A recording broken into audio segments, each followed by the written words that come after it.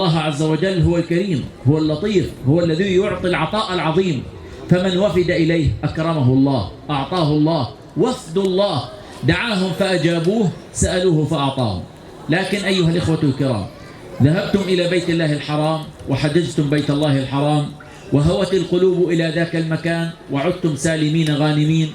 لكن العبرة ماذا استفدنا من هذه الرحلة؟ وماذا حصلنا؟ وماذا ننوي بعد الحج؟ كثير من الناس يذهبون إلى العمرة ويرجعون، لكن كم من الناس الذين يذهبون للعمرة مثلا ويرجعون بنيات مستقبلية؟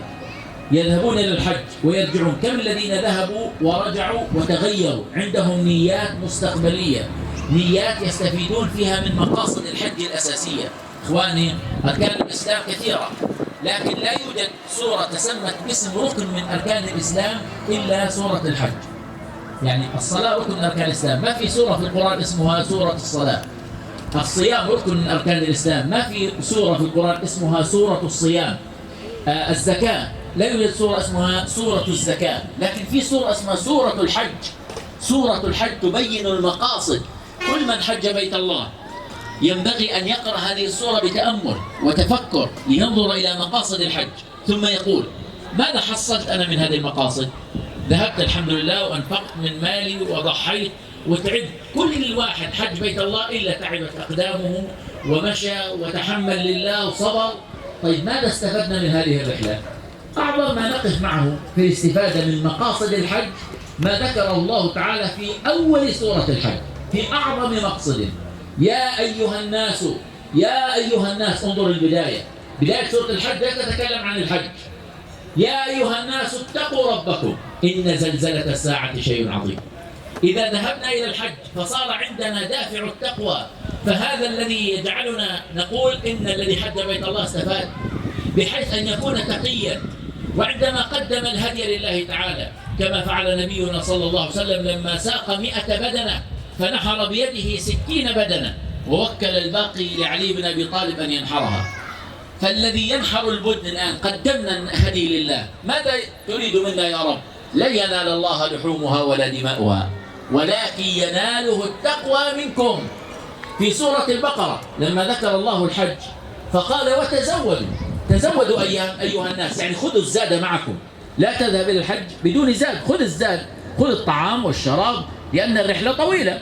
وتزودوا، لكن انتبهوا إلى أعظم زاد: فإن خير الزاد التقوى. يا سلام، إذن أنا أذهب في هذه الرحلة وأنفق المال وأتعب حتى أحصل ابتداء التقوى. نعم، ومعنى أن تتقي الله أن يصبح عندنا إخواني قوة دافعة للطاعات وقوة رادعة عن المعاصي. هذا مختصر التقوى. إذا رجعت من الحج عندك قوة دافعة للطاعات، يعني عندك همة لصلاة الفجر في المسجد، عندك همة لوردك من القرآن، عندك همة لصلة الأرحام، لبر الوالدين، عندك همة لحسن الجوار، عندك همة عالية في العبادات، في صلاة الجماعة، في القيام، في صيام النوافل، عندك همة في الصدقات. رجعت من الحج عندك همة في الطاعات، وعندك قوة رادعة عن المحرمات. عند ذلك تكون استفدت من هذه الرحلة. قوة رادعة تضبط بصرك. اللي بيرجع من الحج يا إخواني يضبط بصره عن ما حرم الله، يرجع من الحج يضبط ماله بحيث يؤدي الحقوق إلى عباد الله ولا يأكل حق عبد من عباد الله، لأنه صار عنده تقوى الله تعالى. العبرة مش زيادة المعلومات، العبرة زيادة الإيمانيات. إخواني، واحد مرة كان يعني له جار، ولكن سبحان الله بينه وبين جاره خلاف، فذهب مرة سمع دروس وجلس مع المشايخ، فقالوا له، قال: يا إخواني إذا سمحتوا بستأذنكم، بدي أروح أصلح الخزان لأنه بنزل وبنقط مي على دار الجيران، وأنا سمعت أنه النبي صلى الله عليه وسلم قال: والله لا يؤمن، والله لا يؤمن، والله لا يؤمن من لا يأمن جاره بوائقه، وأنا بدي أروح أصلح تنك المي الآن. قالوا له: سبحان الله، ما كنت تعرف أنه إيذاء الجار حرام؟ قال: لا، كانت المعلومات هنا فصارت هنا. نريد معلومات الدين يا إخواني، ما تكون معلومات عقلية ذهنية. برحلة الحج لا شك أن الإيمان قد ازداد، فلما ازداد الإيمان مباشرة ينبغي أن يظهر هذا في أداء الحقوق للعباد، في صلة الأرحام، في بر الوالدين، في الإحسان للناس، في أن تكون عبد الله المظلوم ولا أن تكون عبد الله الظالم. وإذا عشت كذلك على منطلق التقوى نجاك الله. من عاش تقيا عاش قويا، من عاش تقيا عاش نقيا. بتقوى الإله نجا من نجا وفاز وصار إلى ما رجا. ومن يتق الله يجعل له كما قال من أمره مخرجا، ويرزقه من حيث لا يحتسب، وإن ضاق أمر به فرجا. وأي الخلائق إلا غدا إلى الله مفتقرا أحوجا. فبالله فاستغن عن خلقه، فبالله فاستغن عن خلقه، فلا نفع من غيره يرتجى. ووجه بصدق إلى بابه، هو المرتجى وهو الملتجى. وكن إن توالت إليك الهموم مليا بذكراه مستبهجا.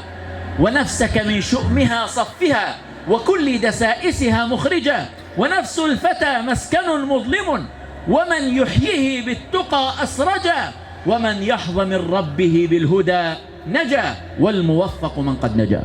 فالذي يخرج برسالة أن يكون تقيا بعد الحج رجعت والتقوى قد ازدادت في حياتك، أبشر، أنت قد استفدت فائدة عظيمة. إذا استفدت تعظيم شعائر الله، تعظم الحلال، تعظيم الشعائر، ذلك ومن يعظم شعائر الله فإنها من تقوى القلوب، هذه في سورة الحج.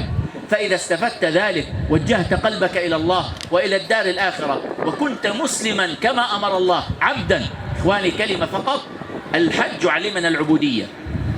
فعلا كل من حج بيت الله يتأمل. أنا بتأمل نظرة، إحنا بنطوف بحجارة وإحنا بنقبل حجر الأسود، ونحن نرمي حجرا، نرمي الجمرات، نرمي حجارة. سبحان الله، بتطوف بحجارة وبتقبل حجر وترمي حجرا. لا، ليست المسألة في الحجارة، المسألة في التعبد لله. أمرك الله أن تكون عبدا. ترى الحج عبودية لله تعالى. يلا في عرفة، طب إيش نعمل في عرفة؟ قال خليك موجود في عرفة، توجه إلى الله وادعو الله.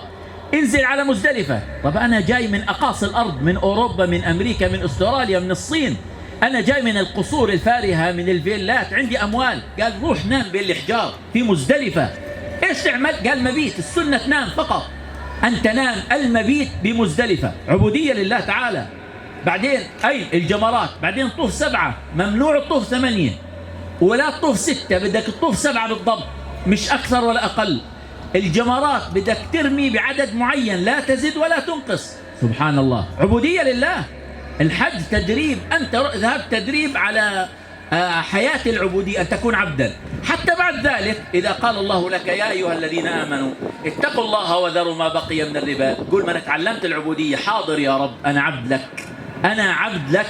إذا قال الله تعالى لك يا أيها الذين آمنوا اركعوا واسجدوا واعبدوا ربكم، قلت يا رب سمعنا وأطعنا. يا أيها الذين آمنوا استجيبوا لله والرسول، قلت يا رب سمعنا وأطعنا.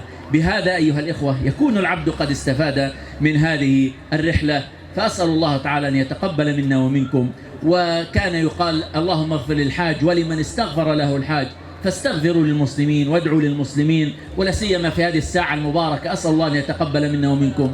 أسأل الله أن يعز الإسلام والمسلمين، وأن ينصر المسلمين المستضعفين، أن ينصر إخواننا في جنين، وأن يثبت أقدامهم، وأن يدحر عدوهم، إنه ولي ذلك والقادر عليه. وصل اللهم على محمد وعلى آله وصحبه.